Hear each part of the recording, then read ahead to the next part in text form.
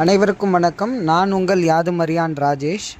இப்போ நம்ம எங்கே வந்திருக்கோம் அப்படின்னா, கடலூர் தென்பெண்ணை ஆற்றங்கரையில் இருக்கக்கூடிய மிகவும் பாதிக்கப்பட்ட இருளர் குடியிருப்பு மக்களைச் சேர்ந்த குடும்பங்கள் நம்மக்கிட்ட உதவி கேட்டிருந்தாங்க.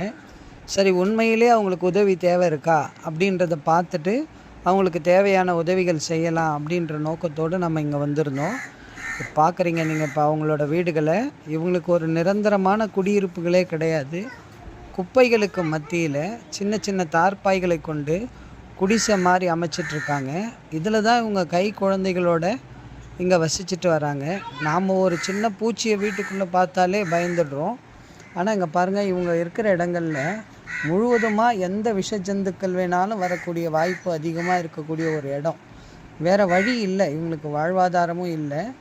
குழந்தைங்கள பாருங்கள், போட்டுக்கிட்டு இருக்க ட்ரெஸ் கூட இல்லை.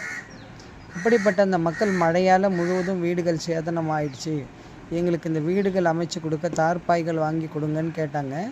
முதல் கட்டமாக நம்ம இவங்களுக்கு இன்றைக்கி என்ன உதவி செய்யலான்னு இருந்து பார்க்கும்போது, முதல்ல சமைக்கிறதுக்கு தேவையான காய்கறிகள் இல்லை, மேலும் அவங்களுக்கு அரிசி இல்லை, போத்திக்க ஒரு போர்வை கூட இல்லை.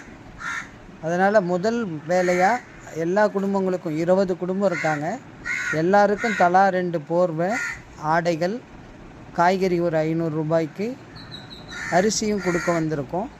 பாருங்கள், இந்த கூடாரத்தில் பன்றி கூட படுத்துட்ருக்கு. அது கூடவே மக்கள் வாழுறாங்க. அப்படி ஒரு ஏழ்மையான நிலை. நன்றி.